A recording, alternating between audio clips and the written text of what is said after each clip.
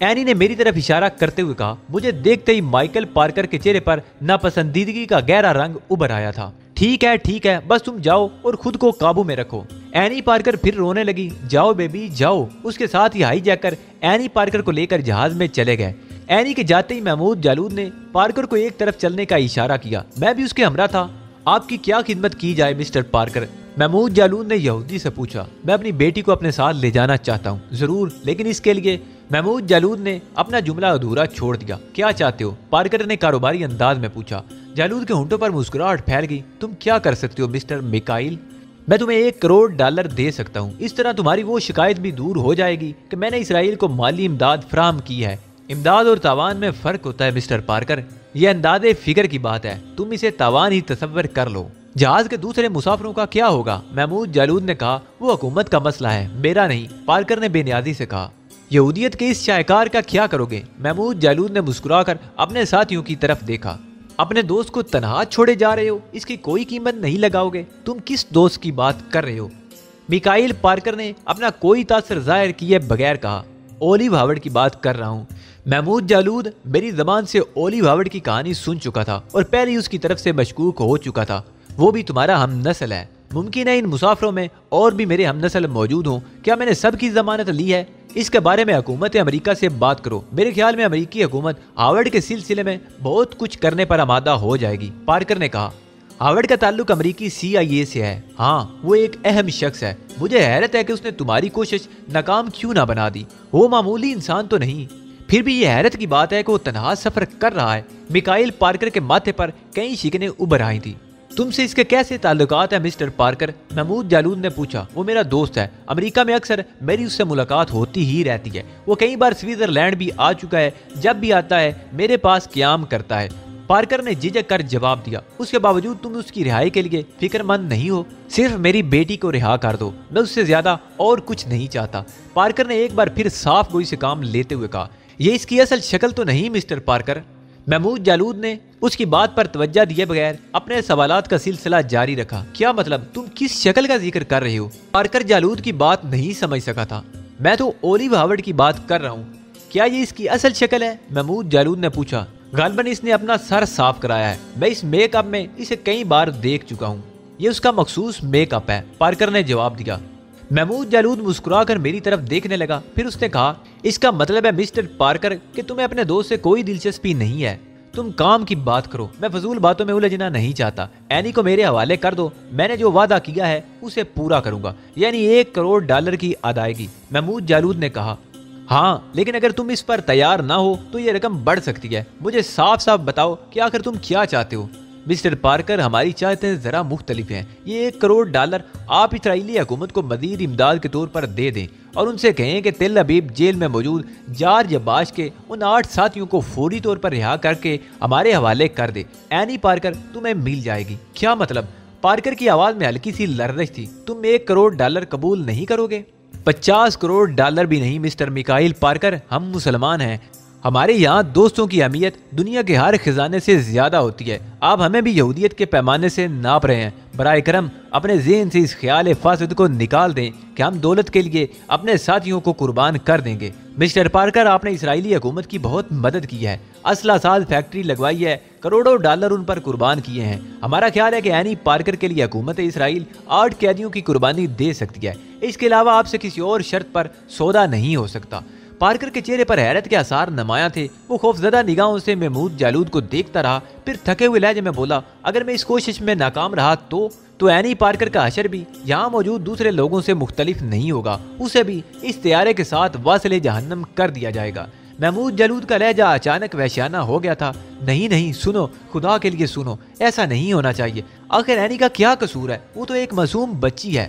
آپ بھی بہت معصوم ہیں مسٹر پارکر، ہمیں آپ کی معصومیت پر کوئی شبہ نہیں۔ آپ جیسے معصوم آدمی کے لیے تو حکومت اسرائیل بہت کچھ کرنا چاہتی ہے۔ اب آپ جا سکتے ہیں۔ اس کے چہرے اور زبان سے شدید نفرتوں کا زہر ٹپک رہا تھا۔ میں اینی سے وعدہ کر چکا ہوں کہ اسے اپنے ساتھ لے کر جاؤں گا۔ میکائل پارکر کی آواز ڈوبتی جا رہی تھی۔ ایسا امکانہ وعدہ آپ نے کیا ہی کیوں تھا مسٹر پارکر؟ کیا آپ نے اس جگہ کو بھی اپنی ملکیت سمجھ رکھا ہے؟ جائیے مسٹر پارکر، اب آپ سے مزید گفتگو نہیں کی جا سکتی۔ ہم نے یہی رعایت دے کر بہت بڑا احسان کیا ہے کہ اینی سے آپ کی ملاقات کرا دی ہے. ہمارے پاس زیادہ وقت نہیں. اور ہاں سنیے، اپنے کرم فرماؤ سے کہہ دیجیے گا کہ خوراک صرف ایک وقت کی تھی. اگر وہ جہاز کے ان مسافروں کو مزید کچھ دینا چاہتے ہیں تو دیر نہ کریں. ظاہر ہے کہ خوراک کی ضرورت آپ کی بیٹی کو بھی ہوگی.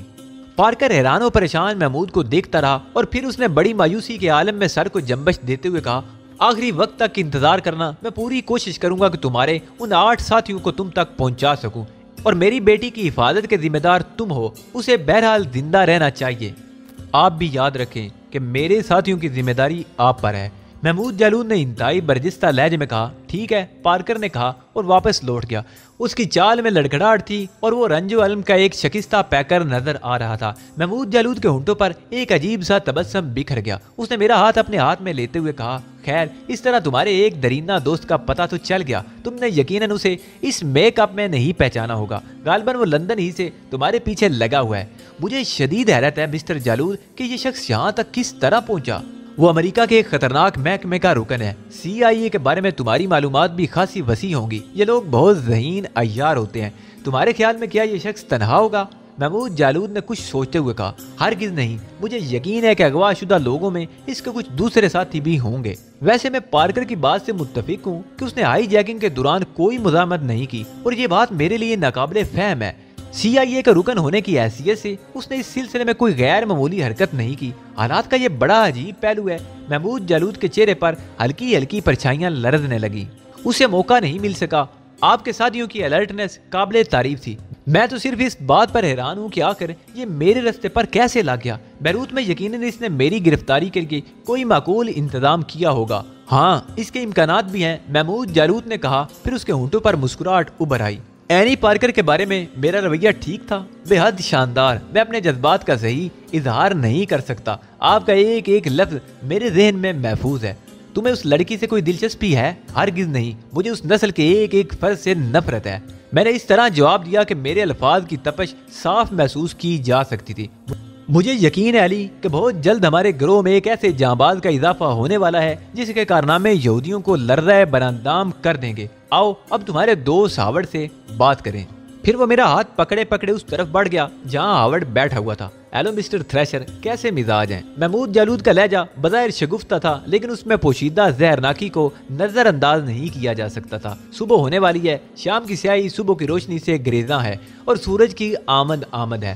ہاورڈ نے اس طرح کہا جیسے کوئی فلسفی اظہار خیال کر رہا ہو. شاید آپ کوئی نغمہ کہہ رہے ہیں مسٹر ہاورڈ. میکائل پارکر نے آپ کا تعارف کرا دیا ہے. یہ ہماری خوش نصیبی ہے، ورنہ ہم تو اس قدر عظیم شخصیت سے بے خبر ہی رہتے. محمود جالود نے کہا. گریگوری پیک اور سیسائل بی ڈینیل کا آپس میں کیا رشتہ ہے؟ ہاورڈ نے سوال کیا اور وہ مسلسل اپنی ذات پر نقاب ڈالنے کی کوشش کر رہا تھا. وہی جو آپ کا اور میکائل پارکر کا ہے. جالود کہہ کا مار کر ہنس پڑا. پھر یقیناً سبزیاں مہنگی ہو جائیں گی. آلو $10، مولی $5 اور گول کدو. ہاورڈ کی باتیں بے رب تھیں، مگر سمجھنے والے سمجھ رہے تھے کہ وہ فریب دینے کی آخری کوشش کر رہا ہے. یہ اداکاری تم جیسے آدمی کو زیب نہیں دیتی. اگر تم کب تک اس قسم کی گھٹیا حرکتیں کرتے رہو گے؟ اب اپنے مصنوعی خول سے باہر نکل آؤ مسٹر ہاورڈ. ہمیں تمہارے بارے میں سب کچھ معلوم ہو چکا ہے.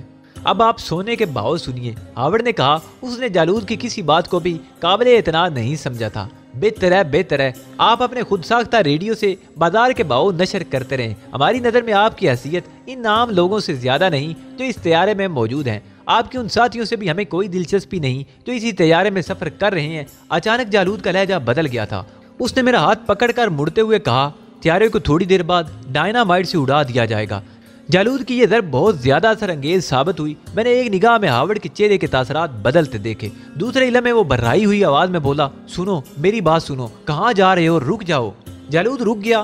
فرمائیے مسٹر ہاورڈ، کیا اس احمق تاجر نے تم سے کوئی وعدہ نہیں کیا؟ وہ ایک بااثر شخص ہے. پارکر اسرائیلی حکومت کو تمہارے مطالبات ماننے کے لیے مجبور کر سکتا ہے.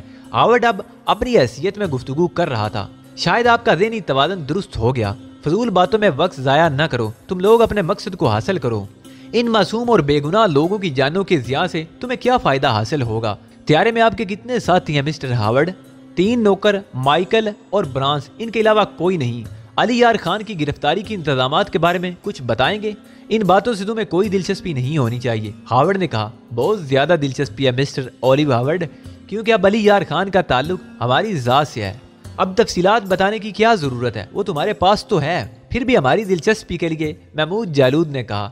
ہاورڈ خونی نگاہوں سے مجھے دیکھنے لگا، پھر بولا، یہ معاملہ تمہارے مشن سے کوئی تعلق نہیں رکھتا۔ امریکہ میں ہر شخص کو آزادی حاصل ہے، وہاں کے مسلمان بھی اپنے مذہبی فرائض اس طرح انجام دیتے ہیں جس طرح یہودی ایبرن ہال میں یہودی اجتماع مخصوص لوگوں کے لیے تھا۔ یہ خود وہاں گیا تھا اور تقریر کر کے یہودیوں کے مذہب کی دھجیاں اڑا دی۔ اس نے اتنی اشتعال انگیز باتیں کی کہ چند یہودی نوجوان اس کے دشمن ہو گئے اور پھر انہوں نے اس کے خلاف انتہائی کارروائی کی کہ جس کے نتیجے میں اس نے انہیں قتل کر دیا۔ اس کے علاوہ اس نے کئی دوسرے یہودیوں کو قتل کر دیا۔ تم ہی بتاؤ، کیا اتنے جرائم کے بعد بھی یہ حکومت امریکہ کا مجرم نہیں ہے؟ بولتے رہیے مسٹر ہاورڈ، محمود جالود نے کہا۔ اس سے زیادہ مجھے کچھ نہیں کہنا کہ تم اچھی طرح سمجھ لو کہ یہ معاملہ اس معاملے سے بالکل مختلف ہے۔ لندن میں آپ مسٹر علی کے خلاف کیا کرتے رہے ہیں، یہ میرا ذاتی معاملہ ہے۔ بہرحال میں بہت مختصر وقت میں اس تک پہنچا، ورنہ حالات مختلف ہوتے۔ شاید تم لوگ یہ طیارہ اغوا بھی نہ کر سکتے۔ ممکن ہے ایسا ہی ہوتا۔ بیروت میں کیا بندوبست تھا؟ وہاں طیارے سے اترتے ہی اسے گرفتار کر لیا جاتا اور پھر سارا کھیل ختم ہو جاتا۔ ہاورڈ نے جواب دیا۔ شکریہ مسٹر ہاورڈ، ہمیں اس سے زیادہ کچھ نہیں معلوم کرنا۔ اب آپ آرام کریں، مگر ایک بات اور، آپ نے مسٹر علی پر حملہ کرنے کی حماقت کیوں کی تھی؟ جالود نے پوچھا۔ بس انسان سے کبھی نہ کبھی کوئی حماقت ضرور ہوتی ہے، اور میں بھی شدید جھنجھلاہٹ کا شکار ہو گیا تھا۔ میرا اندازہ تھا کہ صورتحال بگڑ گئی ہے اور اب اس کی گرفتاری ممکن نہیں رہی۔ میں نے سوچا تھا کہ دیوانگی کی آڑ لے کر اسے قتل کر دوں، بعد میں جو کچھ ہوگا دیکھا جائے گا۔